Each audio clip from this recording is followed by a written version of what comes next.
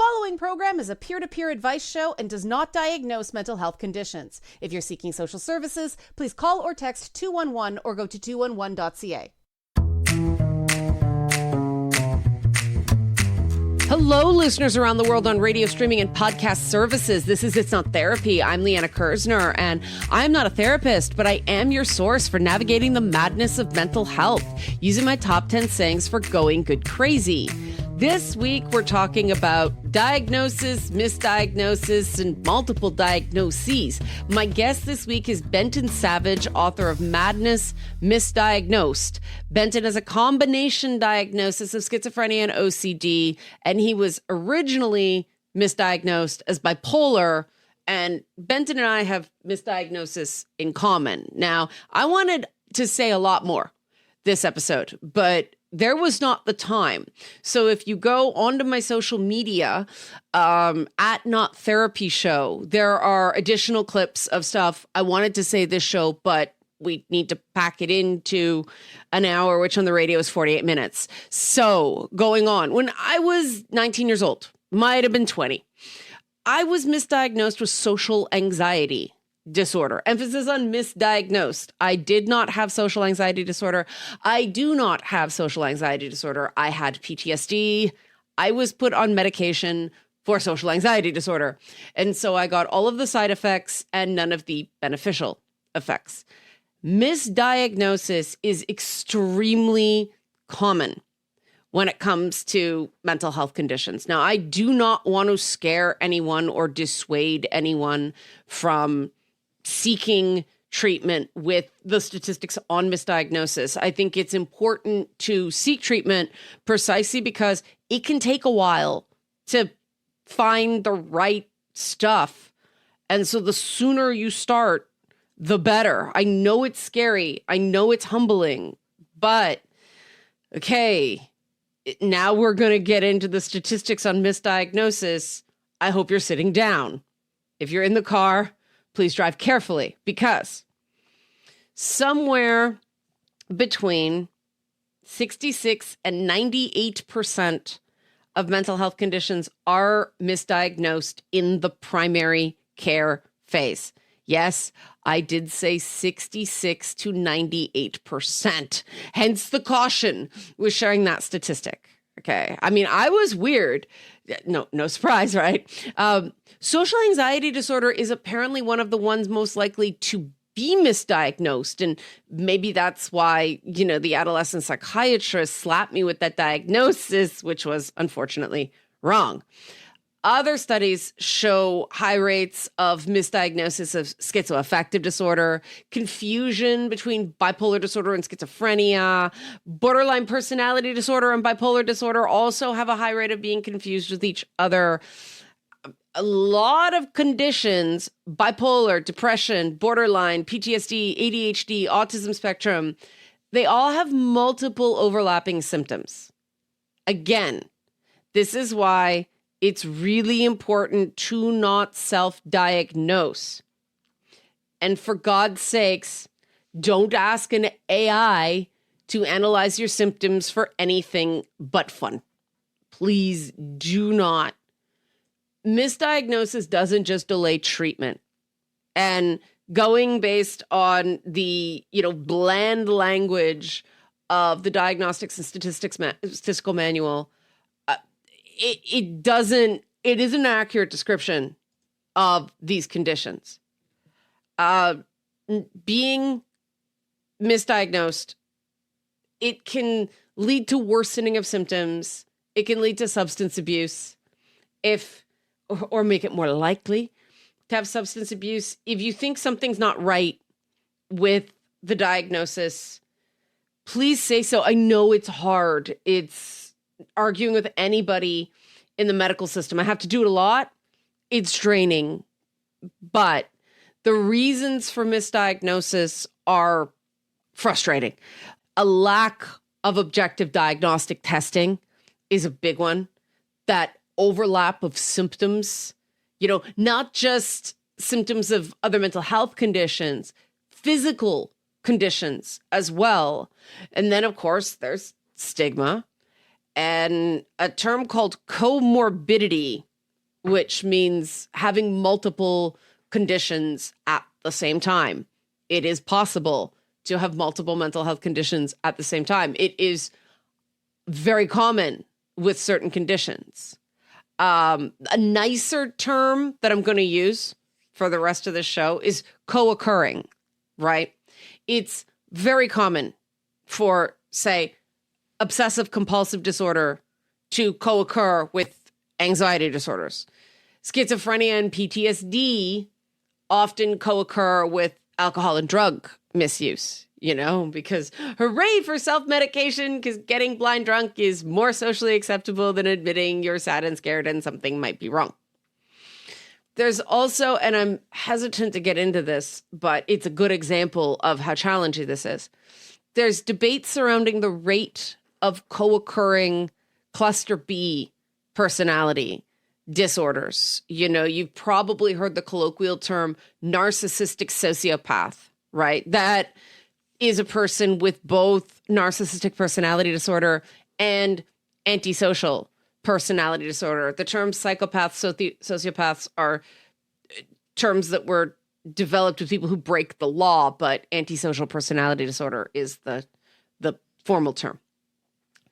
Borderline personality disorder and narcissistic personality disorder have overlapping symptoms as well, but they can also co-occur. And there is a big debate about how common this is. It's somewhere between 13 and 40% of people with BPD also have NPD. The consensus, as best as I've found, is that it's on the lower end of those two extremes, maybe about a quarter. So I don't like focusing on the 40% there.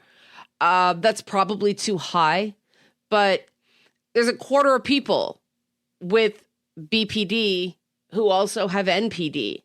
And there's a tendency among, treatment professionals to not look at the NPD part there because BPD responds to treatment. NPD notoriously doesn't. So the thought is, why bother diagnosing NPD? It won't respond to treatment anyway. And I'll talk about why in social media, right? But people's identities get very wrapped up in these labels, even though there's no blood test for any of this stuff. Go online and you'll see people calling each other narcissists left and right. PTSD, what I have, used to be much more stigmatized when I got diagnosed properly. I said stigmatized instead of stigmatized. It's one of those days. But anyway, it's a lot better now regarding PTSD, but a lot of people still don't understand it. A lot of people will still weaponize your diagnosis against you, but having a diagnosis can be pretty great too. One of my stalkers likes to announce online that I'm a dangerous narcissist. And I've seen so many head doctors in my life that if I had a personality disorder, someone definitely would have caught it by now. I actually score very low, possibly to an unhealthy degree, on narcissistic indexes. I failed the narcissism test. Yeah, go me. Now, I'm open about this stuff, right? I'm open about my diagnosis and my experiences so that others can get those answers, get through the system, get the treatments that work with less shame. And after the break, I'm going to talk to someone else who's doing something similar. Benton Savage, author of Madness Misdiagnosed, will be here to talk to me after this break. Do you have a story you think would be good for the show? Are you interested in sponsoring the show? NotTherapyShow.com is the website. Liana at NotTherapyShow.com is my email. At NotTherapyShow on social media, where stuff I couldn't fit into this show will be. So when we come back, Benton Savage, Madness Misdiagnosed, here on It's Not Therapy. The following program is a peer-to-peer advice show and does not diagnose mental health conditions. If you're seeking social services, please call or text 211 or go to 211.ca.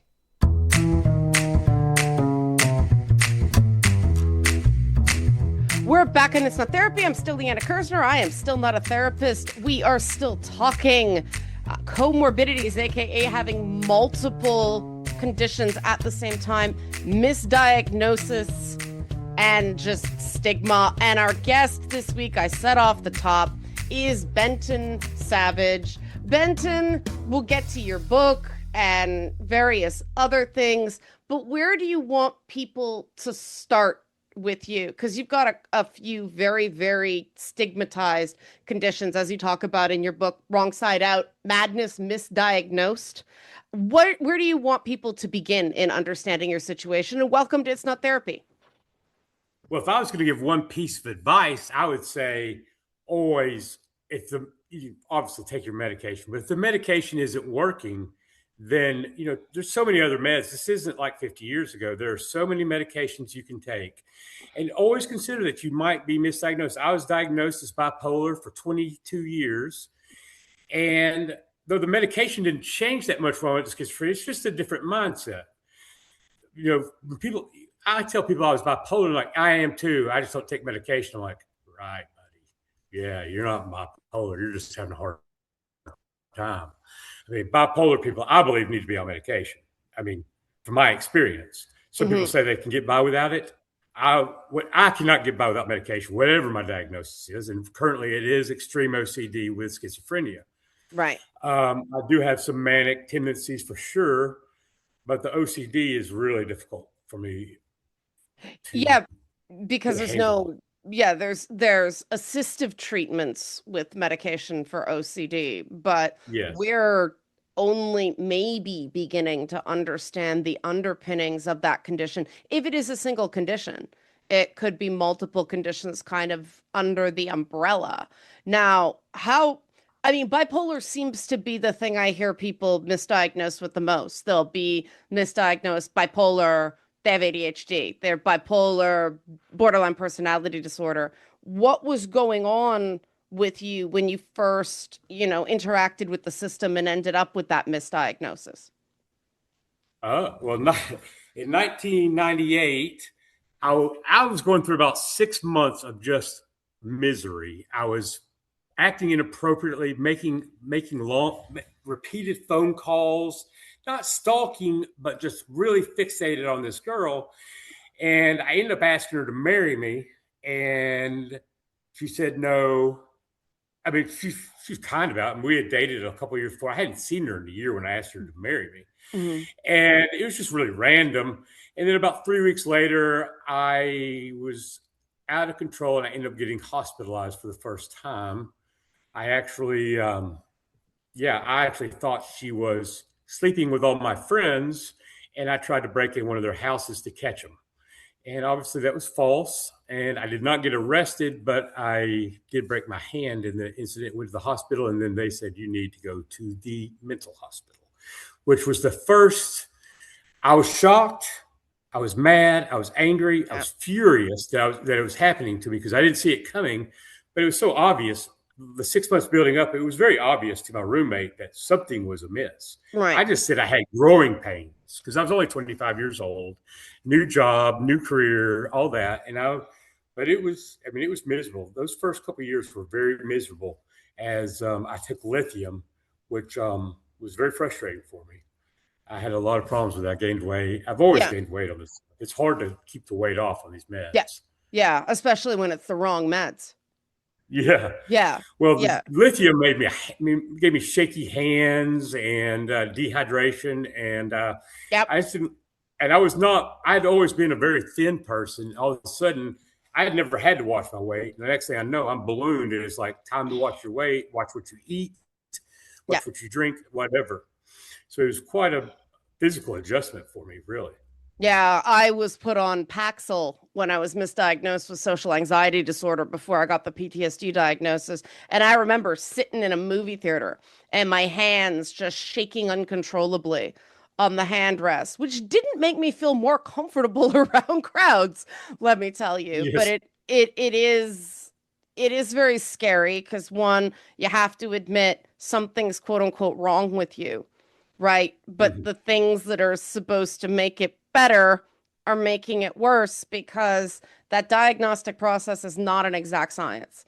The overlap on these conditions in terms of symptoms is pretty significant.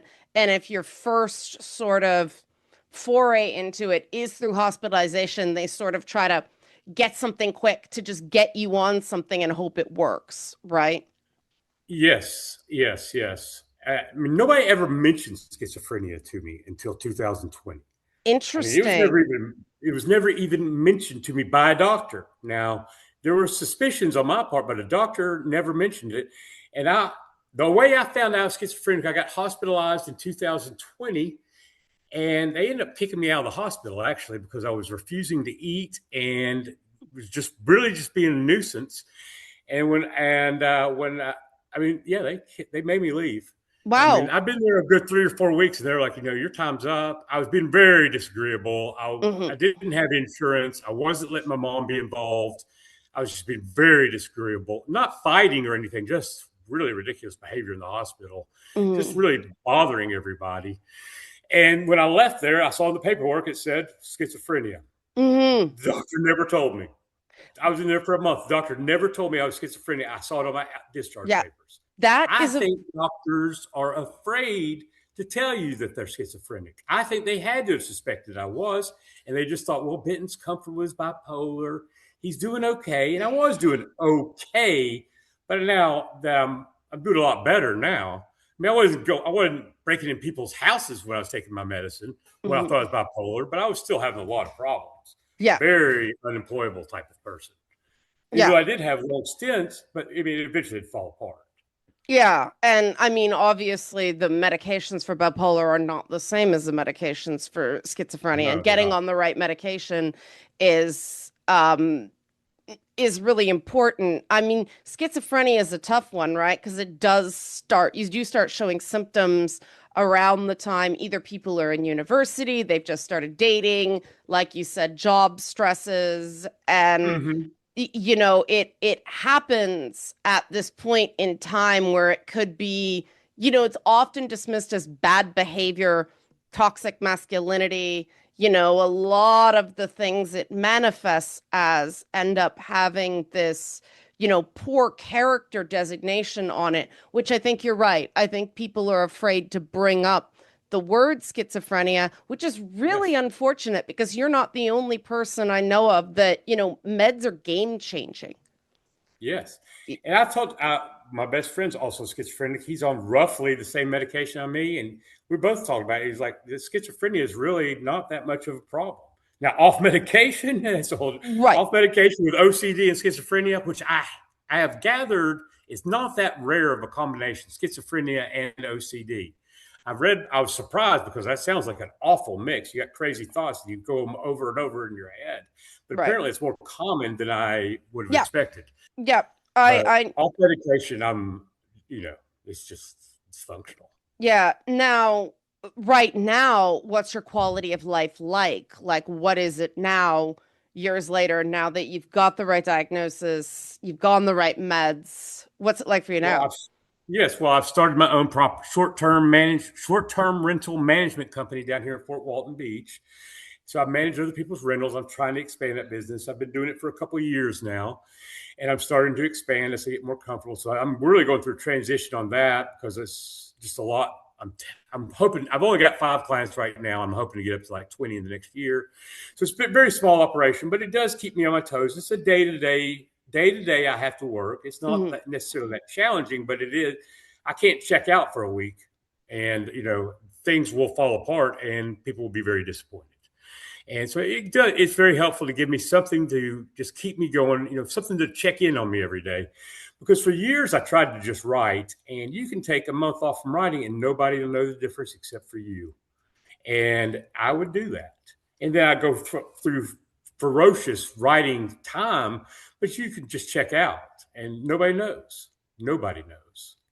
That's very interesting that you found uh, a career. I mean, it's not just a job, you're a business owner. People are like listening, probably going, oh, wow, you Hmm. found a business that actually helps with your day-to-day practice, routine, ritual, whatever you want to call it. That's a very important point that I think the system um, doesn't really focus on. Would you care to elaborate on that? Like, what is it about the day-to-day check-in as opposed to being able to just disappear for weeks at a time. What does that do for you?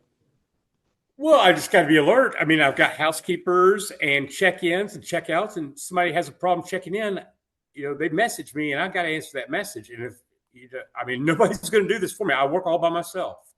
I mean, I'm hoping to bring somebody on here in the next year or so, but right now, my job is kind of 365, Yeah. 24/7, even though I work about 2 hours a day on the average on the short-term rental management. But I mean, I'm always on call. Now, I never get late night calls, but I mean, I could. Hmm. And I haven't taken many vacations, really any vacations the last 2 years. And I could easily do this remote, and plenty of people do. But I live within a mile of all my properties. I like I'm just staying grounded. I Hmm. don't really want to take any chances. Now, Thing that's a little off track that I would like to discuss, I really don't discuss that much, and I don't even think I mentioned it in the book, is that I was taking Mellaril when I was in fourth grade, which was one of the first antipsychotic drugs founded in the 50s or 60s or 70s. I'm not sure when it found. I was taking it around 1980, and it had a lot of side effects. And I did not know until years later that it was considered the first antipsychotic medicine. But yeah, I was told when I was a little kid it's because I was sad sometimes. They never told me that it was antipsychotic. I didn't find out until 2020 when I started doing research into it, because I didn't take it for that long. That Mellaril was actually a schizophrenia drug, and I was taking it when I was in fourth grade. Took it from fourth to eighth grade, and I did really well on it. And then I went off to boarding school and didn't want to take it. And I did fairly well in high school. I mean, I was very successful in high school, but my grades from ninth grade until I graduated college I was a straight A student roughly as a freshman. And by the time I graduated college, I was a 2.5 student. It just steady went down. Like just every year it got worse and worse and worse. But I was so far ahead at first, it took a while to catch up with me. And then, by college, yeah. it just steady That decline. that is a very common story I've heard from people with the conditions, both OCD and schizophrenia, that at college is really rough. Do you think it was just the progression of the disease or sort of the fact that it's so easy to get lost in the crowd in college? Both, but I was drinking. I was drinking a lot of alcohol. Um, That's a good point. plenty, Okay. plenty of alcohol abuse is in my career. And actually, this is a little off base, but I'm writing a book that's good. I'm going to finish it. I started it February 4th of 2025. I'm going to finish it February 4th of 2000 of this year, and it's called The Stoic Alcoholic. And I originally wrote it was going to be the Stoic Alcoholic, the first 366 days of sobriety. And I made it about 100 days to start. And then I fell off a couple of times. So it's no longer called the Stoic Alcoholic, the first 366 days of sobriety, because that would be a lie. Right. I think the title I'm going with is How I Came to Terms with My Shame and Pain. That's But great. I'm really doing a lot better on the alcohol. Writing almost every day about it's like a diary is what it is. I write every day a diary of and it's basically about alcohol. It might be about other substance abuses like coffee, how I substitute. But basically it's about alcohol and a little bit of drug abuse, but alcohol is the main problem. And it's the problem to this. It's a lifetime. I'll be dealing with that. Right now I'm in a really good place. I don't really want to drink alcohol. And that's really a first. Really? Oh, um, I mean, yeah. that's fantastic to be able to get to that place because I mean, Yes. that's a good point about college. Self-medication is everywhere in college. I Yes. mean, I think part of the reason the binge drinking is so intense, one, people are away from their parents for the first time in their lives. They go a Mm-hmm. bit, bananas, but the self-medicating anxiety is a real thing with the alcohol. It's so prevalent, whereas formal mental health care is not. And the Yeah. proper mental health care is stigmatized. Alcohol is considered normal. And I know. so, yeah. And that, I mean, I just saw a news report. about how people are doing THC drinks during dry January and not seeing the issue there. Like you're not Yes. sober if you're stoned. Like it's a Yes. thing. Okay, this is probably a good time to go to a break. Better sooner than later because my brain is going in multiple directions with where to go next here. So we are talking to Benton Savage, author of Madness, Misdiagnosed, about his own journeys with the mental health system, schizophrenia, OCD, addiction, and so on. Originally misdiagnosed as bipolar. When we come back, we're going to talk more about this and many other subjects. I want to get into the role of like society and stigma and the whole thing. Questions, comments, any feedback, Liana at nottherapyshow.com. Nottherapyshow.com is the website, at Not Therapy Show on social medias, where you'll get little snippets of these shows. When we come back, more with Benton Savage on It's Not Therapy. The following program is a peer-to-peer advice show and does not diagnose mental health conditions. If you're seeking social services, please call or text 211 or go to 211.ca.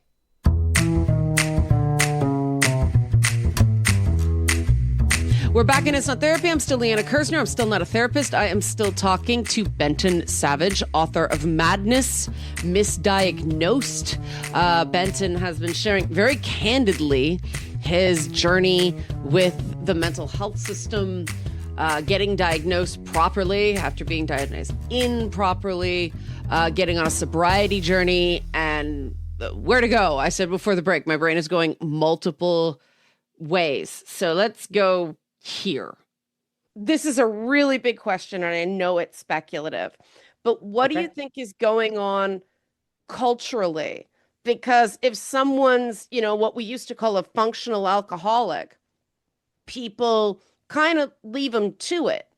But the minute, I know in my case, the minute you get a diagnosis, there's all this whispering. Yes. Yes. I've always been open about not broadcasting it until this book, but my friend, strangers probably didn't know, but my friends and family, I was very open about it, my struggles, and my behavior indicated I was having problems. I really couldn't hide it from friends. I've lost a lot of friends through the years. Just my behavior, it's like, oh, okay, enough's enough. They don't hate me or anything. It's just like, I don't want to deal with you anymore. I'm married. I've got kids. You can do your own thing. Mm-hmm. You got your own life. I can't be worrying. I can't have another kid to take care of here. Right. That's another thing I find that keeps people really stuck in the recovery journey. One of the big things, the big motivators for me to watch your symptoms, be aware when you're kind of hitting that threshold, step back before that, is that people do have the right to not want to have anything to do with you. And that seems to be this lost awareness. I listen to people and they're like, furious or deeply hurt. There's this whole phenomenon of ghosting. What was it for you? What was the realization? What's the thing that kind of keeps you doing the work that does get very hard some days? I really consider I lost about 10 or 15 years of my life. Right. So I'm really focused, and I'm 53 now. So, I missed out. I don't have a family. I'm not married. I've never been married. I have been in a couple of long-term relationships, but, it takes a very patient individual to deal with that, especially at that time. Now, if I was in a relationship right now, which I'm not, it would be a lot different than it was, say, 6 years ago when I was. Of course. Yeah. The girl was an angel. Why I left her, I'll never know. But, it is tough to be in relationships. I'm very motivated I come from a successful family, not ultimately successful, but everybody's got careers. And, I want to prove to myself and to my family and just that I can be a responsible adult. And I think I'm well on my way. I'm doing well. But it's, better late than never, but it's late in life. I'm 53. That's pretty late. As far as, you got time. Goes. Yeah. Well, yeah. Yeah. Yeah. Somebody said to me a couple weeks ago, and I'm still shook by it. He said, if you're not, in a successful job, making money by the time you're 25, Yeah. society treats you as a failure. Mm-hmm. Mm-hmm. And Yes. it just stayed with me because I mean, I've changed careers completely twice already in my life, and I'm 47.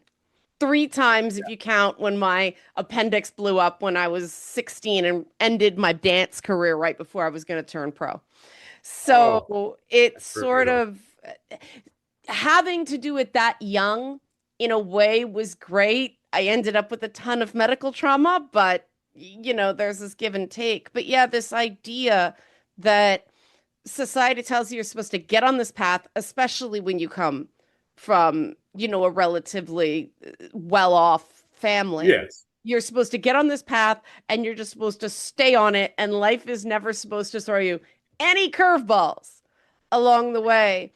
What do you think is a healthier way of thinking about things? Because especially now, that's just not true.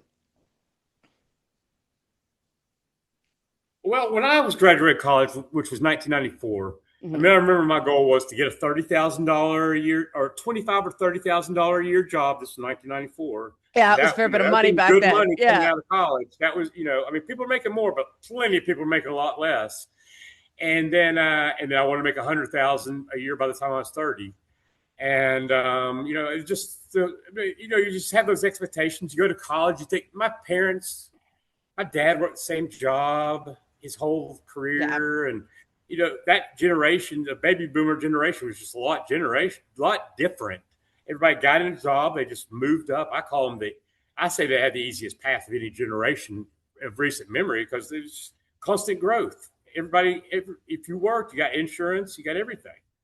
And when there were layoffs, it was half the neighborhood in the same boat, right? Because people Yeah. just Mhm. located to the neighborhood that built up around the plant. And I mean, you watch TV shows like All in the Family from the 70s. Yes. Archie is laid off a bunch of times, Meathead's laid off a bunch of times.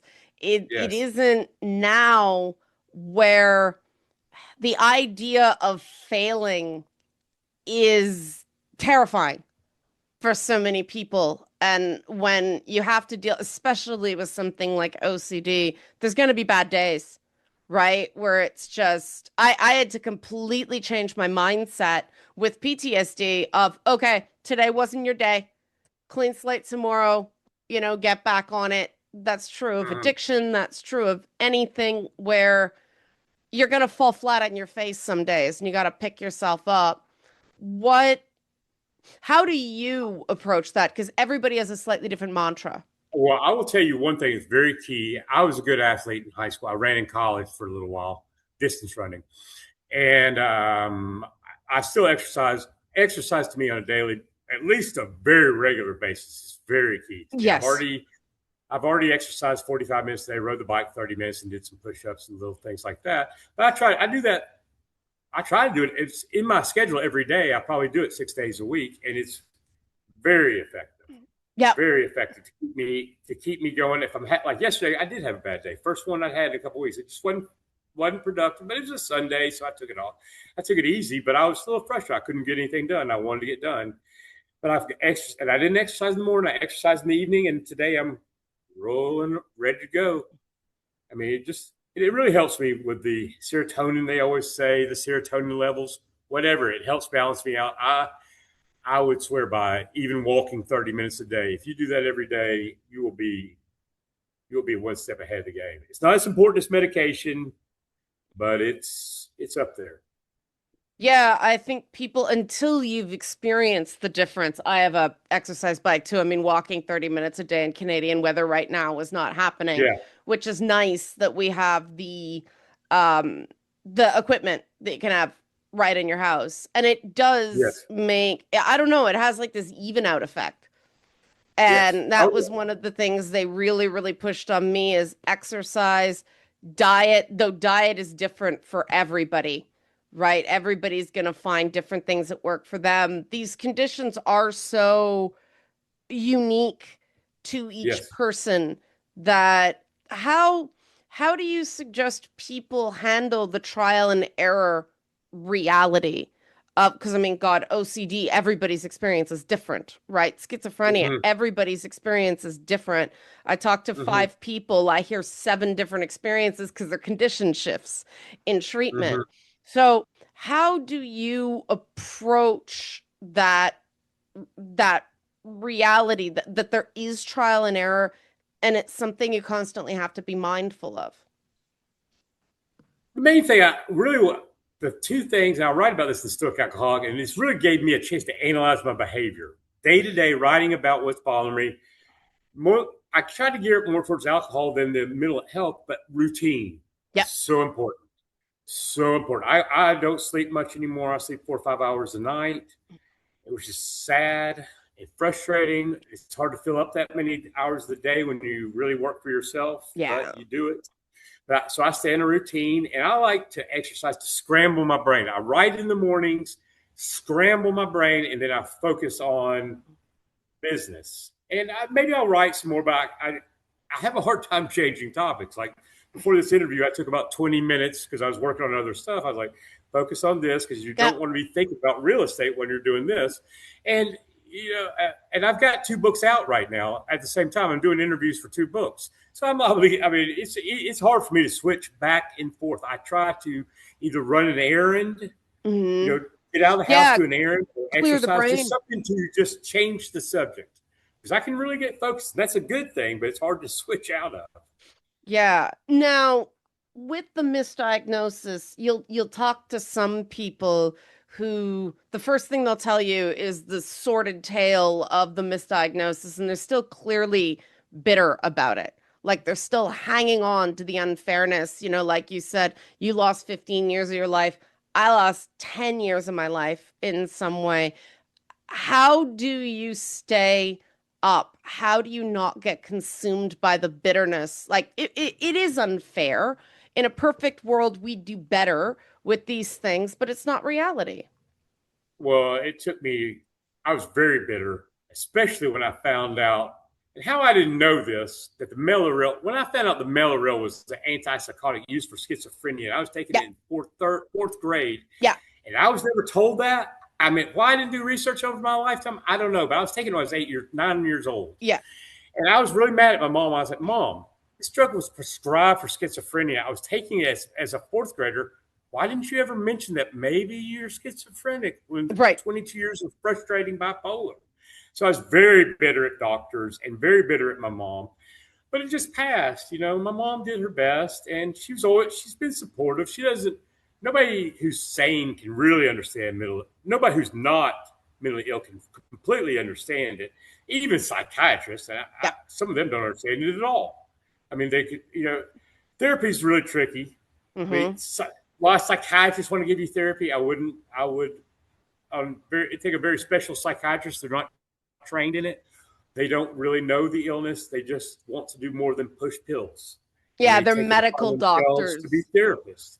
Yeah. And you can get some bad therapists. Um, where was I going with all this? Coming out of the bitterness. The bitterness, it just faded really. I just had to come to terms with it that, I got to live day to day. A lot of it faded when I started writing every day. I would always recommend journaling to people, even if you don't do it every day or even if you don't try to get it published, whatever. Journaling, do some serious journaling for a while and analyze how your ups and downs and what's making you feel like that and what days you feel better on, what's working for you. Will Yeah. really, this last year has been very helpful, even though it's mostly concentrated on my alcohol, but it's just given me a realization, more of a look at my behavior, my day-to-day behavior and how it's going. I would journaling, and I've been a writer for 20 years, and but I never journaled. I was always Right. writing fiction or Right. writing this memoir. I didn't write day to day like personal diary. Now this, and it is more of a diary. I mean, it's a diary. Is what it Yeah. is. Yeah. Yeah, it is. And I've interviewed a few people who took those diaries in certain critical parts of their life and then turned it into a book because they Yes. had the, contemporaneous account of what was going on. And they were so fascinated by how that is so different than how they remember it. And Go ahead. Well, Yeah. I'm really looking forward. I'm going to be writing the conclusion. It finishes February 4th, and I'm going to write the conclusion of all the good things that happened here. I mean, I started this business. Well, no, I had this business, but now I'm starting to expand it. I got 2 books published in this time. Wrong Side Out got published. I did not even have it in the work. I mean, I wrote it in 2009, and I couldn't get it published through traditional publishing. And the publishings have changed in the last 10 Oh, years. yeah. A lot. I mean, you really had to go through traditional publishing. Now it's more of a kind of a flexible thing where you get more support from the self-publishing companies. And I'm still hoping to catch on with a traditional publisher with Wrong Side Out. And a lot of signs say I'm going to. I mean, it's getting a lot of good buzz. So, yeah. I mean, the bitterness just goes. I mean, you just got to deal with it. Yeah. I'm still bitter. But it's not affecting my behavior. And I was really bitter about it for a long time. Yeah. It does hurt. I mean, the medication as a kid, looking back, I mean, all this stuff has roots in early life, right? And you do trust the system. And back then, if a doctor told a parent to do something, they just did it. They didn't ask questions. Yes. They didn't ask what that medication was for. Just give it to your kid. Doctors are here to help. It is sort of a challenge that I think parents have more of a healthy skepticism, but it can go the other way. And I mean, I think that's why books like Wrong Side Out, Madness, Misdiagnosed, it's worth reading. I think if you've, had encounters with the system, if you suspect you may have been misdiagnosed, if you expect a loved one may have been misdiagnosed, these first-person accounts, these stories from people like you that have been through it, I think it's a really important part of the landscape. So, thank you for your candor. Thank you for writing it.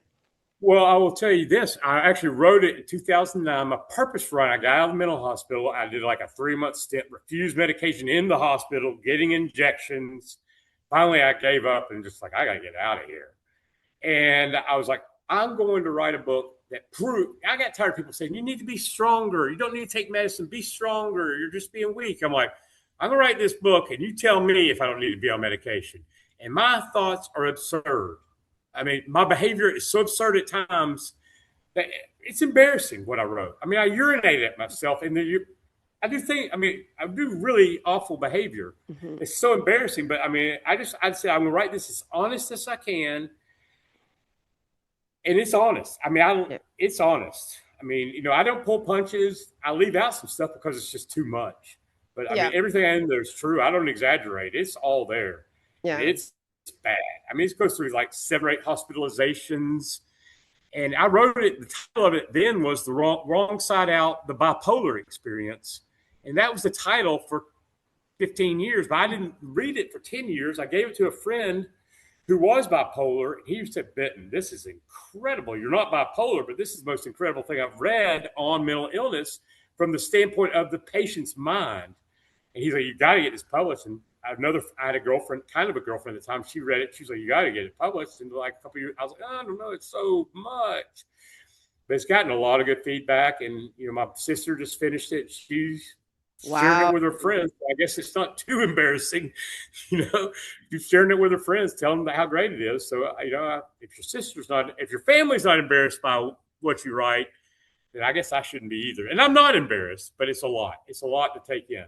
I think people are looking for that, though. Like, people are looking for people to not be ashamed. So can't wait for the second book. Benton Savage's first book is Wrong Side Out, Madness, Misdiagnosed.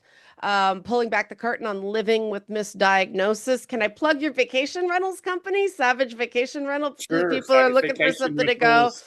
Congratulations on setting that up. I do think that's really important that people who are living with similar conditions to you can see that can be business owners. I know I got a couple clients who are really worried. They just got diagnosed. They're worried they're never going to be able to have a job. They're never going to be able to have a business. So stories like yours are going to give them a lot of hope. So Benton, thanks so much for coming on It's Not Therapy. Do you have a website or something we can throw people towards? Yes, I've got BentonSavageAuthor.com. And I've also got savagevacationrentals.com for my business, but the author page is bentonsavageauthor.com. BentonSavageAuthor.com. Benton with an E, Benton. Forgive my Canadian accent on that vowel. Savage. Benton, thanks so much for coming on and giving us your time on It's Not Therapy. All right, questions, comments, any feedback, Liana at nottherapyshow.com. Nottherapyshow.com is the website, at nottherapyshow on social media. I love these personal, just one-on-one chats. They always go in unexpected places, and I think this is the best way. People who have gone through it, helping people go through it. When we come back, final thoughts on It's Not Therapy. The following program is a peer-to-peer advice show and does not diagnose mental health conditions. If you're seeking social services, please call or text 211 or go to 211.ca. We're back on It's Not Therapy. I'm still Liana Kersner. I'm still not a therapist. We are still talking, after the Benton Savage interview, author of Madness, Misdiagnosed. We're talking about diagnosis, misdiagnosis, multiple diagnoses, and, the odyssey it takes often to find out sometimes just what's going on with you and then what's next. And, Benton mentioned multiple times losing 15 years of his life. And I think it was 15. I was listening, so I wasn't, but that I have some clients that are struggling with that. I've struggled with that in the past. We live in a very youth obsessed culture, but the truth is there's always time. You can't control the past. Top 10 phrase. Healthy goals are based on things you can control. You can't go back and rewrite the past. All you can do is the best you can with what you have going forward. And, maybe this can be an inspiration for some people to go in and get that diagnosis, to get on the correct medication. There are some conditions like schizophrenia where take your meds. You got to take your meds, stay on your meds. Even if you feel like you don't need them anymore, the meds are the difference between functioning and not. And it's work. The reason Benton writes, the reason I do this show is in part to just sort of constantly be mindful of the work we have to do to enjoy life. These sorts of mental health things can sound awful, and they're really not. There's a lot of joy after you get a handle on these things, and you lose the handle again and you get the handle back, right? That's just life. But there's plenty of living to do after a mental health crisis. So best time to start is right now. Questions, comments, any feedback, suggestions for future topics, Liana at Not Therapy Show. Nottherapyshow.com is my website. At Not Therapy Show, you can find clips of additional footage I couldn't fit in this show. We are out of time. Your crazy is only a problem if it's hurting you. See you next time.